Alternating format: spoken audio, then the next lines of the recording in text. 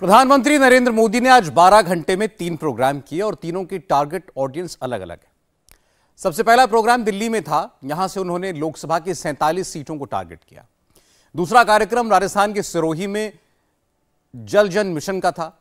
मोदी ने इस कार्यक्रम के जरिए राजस्थान के ट्राइबल बेल्ट वाली 3 लोकसभा सीटों पर असर डाला। तीसरा प्रोग्राम का टारगेट ऑडियंस यूथ था। गोरखपुर में खेल महाकुंभ के जरिए मोदी ने युवाओं को बड़ा मैसेज दिया। राहुल गांधी इस वक्त छुट्टी पर हैं। नरेंद्र मोदी के बाकी विरोधियों का कैंपेन भी अभी शुरू नहीं हुआ है, लेकिन मोदी ने अपनी चुनावी चाल चल दी। 14 दिन बाद मोदी का चुनावी रिजल्ट भी देखने को मिलेगा। प्रधानमंत्री का प्लान ए क्या है, कितनी सीटों पर उसका असर दिखेगा, देखते हैं एक रिपोर्ट।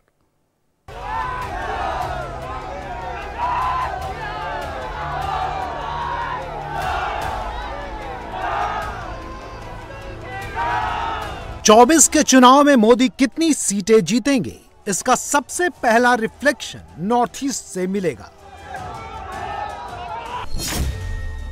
आदिवासी पॉकेट वाले 9% वोट, 47 लोकसभा सीट और 10.4 करोड़ आदिवासी वोटर ये डिसाइड करेंगे कि इस बार मोदी को पिछली बार की तुलना में कितनी एक्स्ट्रा सीट मिलेंगी। लोकसभा की कुल 543 में से 47 सीट ऐसी हैं जो ट्राइबल सीटें हैं, यानी आदिवासियों के लिए रिजर्व है। लोकसभा की इन 47 सीटों का विस्तार कितना है, सबसे पहले इसकी मैपिंग जरूरी है। शुरुआत नॉर्थ ईस्ट से करते हैं। त्रिपुरा में 1, मेघालय में 2, मणिपुर में 1, मिजोरम में 1, असम में 2, पश्चिम बंगाल में 2, झारखंड में 5, ओडिशा में 5, आंध्र प्रदेश में 3, कर्नाटक में 2, महाराष्ट्र में 4, छत्तीसगढ़ में 4, मध्य प्रदेश में 6, राजस्थान में 3 और गुजरात में 4 सीट। नॉर्थ ईस्ट से लेकर दक्षिण होते हुए भारत के पश्चिम छोर तक ये 47 लोकसभा सीट 24 के चुनाव में बहुत इंपॉर्टेंट रोल प्ले करेंगी। 24 के चुनाव से पहले 2023 में जिन 9 राज्यों में चुनाव हैं, उसमें पूर्वोत्तर के 4 राज्य शामिल हैं, त्रिपुरा, मेघालय, नागालैंड और मिजोरम। त्रिपुरा में वोटिंग के साथ 24 का काउंटडाउन शुरू हो गया, लेकिन ट्राइबल बेल्ट वाले त्रिपुरा में जिस वक्त वोट पड़ रहे थे, उस वक्त अगरतला से 2500 किलोमीटर दूर दिल्ली के प्रधानमंत्री नरेंद्र मोदी त्रिपुरा की पारंपरिक पगड़ी पहनकर आदि महोत्सव में बोल रहे थे। आदिवासी समाज का हित मेरे लिए व्यक्तिगत रिश्तों और भावनाओं का विषय भी है।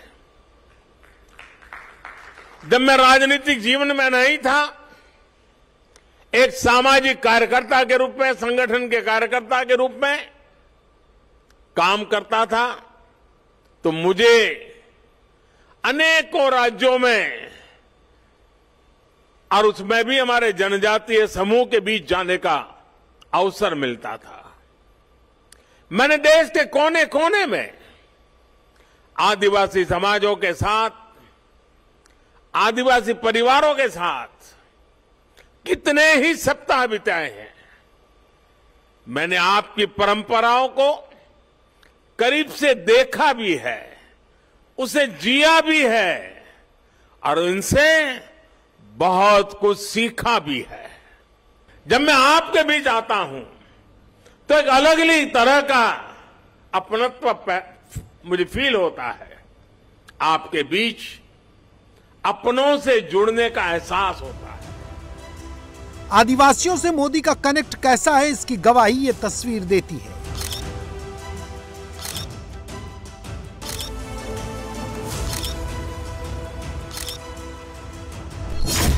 इसका अंदाजा आप ऐसे भी लगा सकते हैं कि पिछले 8 साल के अंदर मोदी 51 बार नॉर्थ ईस्ट गए हैं। भारत के इतिहास में शायद ही किसी प्रधानमंत्री ने इतनी बार पूर्वोत्तर का दौरा किया हो।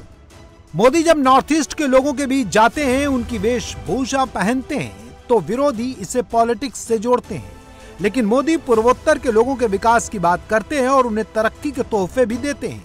कुछ सैंपल्स देख लीजिए। मेघालय, मणिपुर और अरुणाचल में 4 नई सड़क परियोजनाएं, मेघालय में IIM का नया सेंटर, त्रिपुरा के अगरतला में सरकारी डेंटल कॉलेज, 3400 करोड़ की लागत से बने 2,28,000 घर। जहां एक तरफ विरोधी मोदी पर सवाल उठाने में वक्त खर्च करते हैं, नरेंद्र मोदी डेवलपमेंट की बात करते हैं। इस साल के बजट में अनुसूचित जनजातियों के लिए दिया जाने वाला बजट भी 2014 की तुलना में 5 गुना बढ़ा दिया गया है। आदिवासी क्षेत्रों में बेहतर आधुनिक इंफ्रास्ट्रक्चर बनाया जा रहा है। आधुनिक कनेक्टिविटी बढ़ने से पर्यटन और आय के अवसर भी बढ़ रहे हैं। देश के हजारों गांव जो कभी वामपंथी उग्रवाद से प्रभावित थे, उन्हें अब 4G कनेक्टिविटी से जोड़ा जा रहा है। यानी जो युवा अलग थलग होने के कारण अलगाववाद के जाल में फंस जाते थे, वो अब इंटरनेट और इंफ्रा के जरिए मुख्य धारा से कनेक्ट हो रहे हैं। देश में नए जनजातीय शोध संस्थान भी खोले जा रहे हैं। इन प्रयासों से ट्राइबल युवाओं के लिए अपने ही क्षेत्रों में नए अवसर बन रहे हैं। ये आदि और आधुनिकता के संगम की वो आहट है जिस पर नए भारत की बुलंद इमारत खड़ी होगी। मोदी सिर्फ आदिवासियों की बात नहीं करते, उनकी नब्ज पकड़कर आगे बढ़ते हैं। नॉर्थ ईस्ट से लेकर झारखंड, मध्य प्रदेश और राजस्थान में आदिवासियों के बीच मोदी जब भी गए सिर्फ उनकी बात की। यही वजह है कि जिस ट्राइबल वोट को कभी कांग्रेस अपना फिक्स डिपॉजिट समझती थी, वो सरक कर बीजेपी की तरफ शिफ्ट होता गया।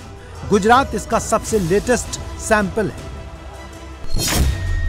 गुजरात में 15% आदिवासी वोटर हैं और 27 सीट एसटी कम्युनिटी के लिए है, यानी आदिवासियों के लिए रिजर्व है। इन 27 सीट में से 24 सीट बीजेपी ने जीती हैं। बीजेपी को गुजरात के इस चुनाव में जितना भी फायदा हुआ, उसमें आदिवासी वोटों का बड़ा हिस्सा है। बोरसे, मांडवी, झगड़िया और छोटा उदयपुर जैसी कई सीट ऐसी थी जिसे बीजेपी ने 70 साल में पहली बार जीता था। इसके पीछे आदिवासी सीट पर ग्राउंड वर्क था जिसे बीजेपी की 300 टीमों ने किया था। मोदी अब वही फार्मूला पहले 2023 के चुनाव में और उसके बाद 24 के चुनाव में अपना रहे हैं। वो दिल्ली में बोलते हैं तो ट्राइबल बेल्ट वाले राज्यों तक आवाज जाती है। जिससे पहले दूर सुदूर समझा जाता था, अब सरकार दिल्ली से चलकर उसके पास जाती है। जो पहले खुद को दूर सुदूर समझता था, अब सरकार उसे मुख्य धारा में ला रही है। बीते 8-9 वर्षों में आदिवासी समाज से जुड़े आदि महोत्सव जैसे कार्यक्रम देश के लिए एक अभियान बन गए हैं। आजादी के बाद 75 वर्षों में पहली बार देश का नेतृत्व एक आदिवासी के हाथ में है। पहली बार एक आदिवासी महिला राष्ट्रपति जी के रूप में सर्वोच्च पद पर भारत का गौरव बढ़ा रही है। पहली बार आज देश में आदिवासी इतिहास को इतनी पहचान मिल रही है। 2019 में लोकसभा चुनाव में 47 ट्राइबल सीटों में बीजेपी को 31 सीट मिली, कांग्रेस को सिर्फ 4 सीट। बाकी इक्का दुक्का सीटें कई छोटी पार्टियों के खाते में मिली। लेकिन त्रिपुरा में आदिवासी वोट बैंक सबसे बड़ा फैक्टर है। अभी त्रिपुरा में विधानसभा चुनाव हो रहा है। त्रिपुरा की 60 विधानसभा सीटों में 20 सीट आदिवासियों के लिए रिजर्व है। पिछली बार 2018 के चुनाव में बीजेपी और आईपीएफटी ने साथ-साथ चुनाव लड़ा और त्रिपुरा में जबरदस्त जीत हासिल की। इस बार उसे बरकरार रखने की चुनौती है, क्योंकि इस बार त्रिपुरा में मुकाबला त्रिकोणीय है। एक तरफ बीजेपी और आईपीएफटी का अलायंस, दूसरी तरफ सीपीएम और कांग्रेस का गठबंधन, और सबसे बड़ा चैलेंजर बनकर सामने आई है प्रद्योत किशोर की टिपरा मोथा पार्टी। शाही वंशज प्रद्योत किशोर माणिक के देव बर्मा में त्रिपुरा में काफी लोग अपना महाराजा देखते हैं, लेकिन बीजेपी का दावा है कि वो इस बार भी जोरदार जीत हासिल करेगी। त्रिपुरा में बीजेपी अपने कामकाज के बूते दोबारा सरकार बनाने का दावा कर रही है। दोबारा सरकार बनाने के लिए अमर सरकार की ब्रांडिंग की गई है।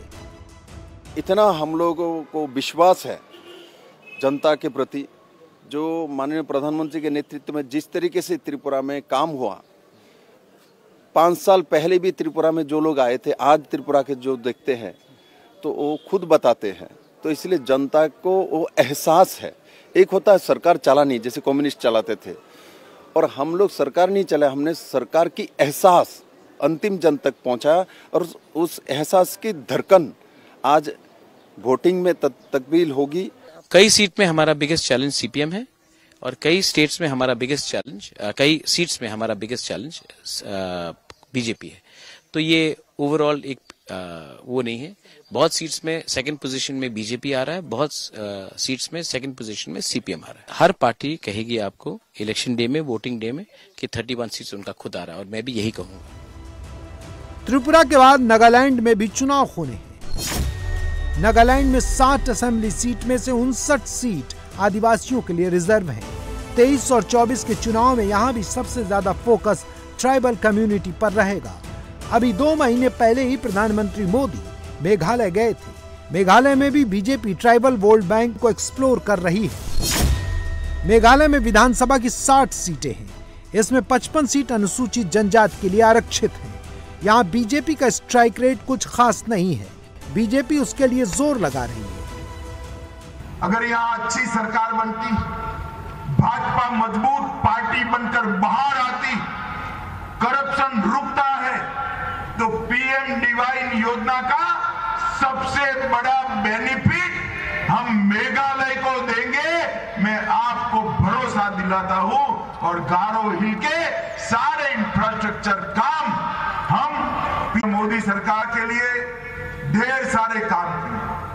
पहले आए दिन इंसर्जेंसी के ग्रुप्स द्वारा बंद, ब्लॉकेड, बम धमाके, फायरिंग और युवाओं की मृत्यु होती थी। आज नॉर्थ ईस्ट में शांति। 8000 से ज्यादा, मोर देन 8000 इंसर्जेंसी ग्रुप के मेंबर्स ने आत्मसमर्पण कर सरेंडर कर मेन स्ट्रीम में आने का काम किया है। इससे नॉर्थ ईस्ट के अंदर एक डेवलपमेंट का माहौल बना है। लेकिन बंगाल में बीजेपी को सबसे ज्यादा संभावनाएं दिखती हैं। बंगाल के आदिवासी बहुल जंगल महाल वाले इलाके में इस वक्त आरएसएस भी पूरी तरह एक्टिव है। पश्चिम मेदिनीपुर जिले में आरएसएस की सक्रियता काफी बढ़ी है, लेकिन उसी जंगल महल में ममता बनर्जी मंच सजाकर बीजेपी पर अटैक कर रही हैं। बीजेपी नेता कह रहे हैं सड़क के लिए पैसा मत दो, पानी के लिए पैसा मत दो, मकान बनाने के लिए पैसा मत दो, 100 दिन के काम के लिए पैसे मत दो। लोगों को फायदा होगा तो बीजेपी कैसे मांगेगी वोट? मैं कहती हूं कि आपको शर्म आनी चाहिए, क्योंकि ये लोगों का पैसा है, आपका पैसा नहीं। लोगों का टैक्स दिल्ली लेती है, राज्य सरकार को पैसा नहीं देती है। फिर भी हमारी सरकार सभी योजनाओं को चालू रखे हुए है। मैं चाहती हूँ सभी लोगों का अच्छा रहे। ओडिशा में भी बीजेपी खूब जोर लगा रही है। केंद्रीय मंत्री धर्मेंद्र प्रधान लगातार वहां घूम रहे हैं, लोगों से मिल रहे हैं, उनके बीच अपनी बात पहुंचा रहे हैं। धर्मेंद्र प्रधान इस बार ढेंकनाल संसदीय क्षेत्र से चुनाव लड़ सकते हैं, इसलिए वो वहां पूरा समय दे रहे हैं। अमित शाह भी इस महीने ओडिशा जाने वाले हैं। ढेंकनाल और भद्रक में अमित शाह रैली कर सकते हैं। समूचा उड़ीसा समाज की आदिवासियों की ओर से और विशेष करके गोंड समाज की ओर से प्रधानमंत्री जी का आभार प्रकट किया।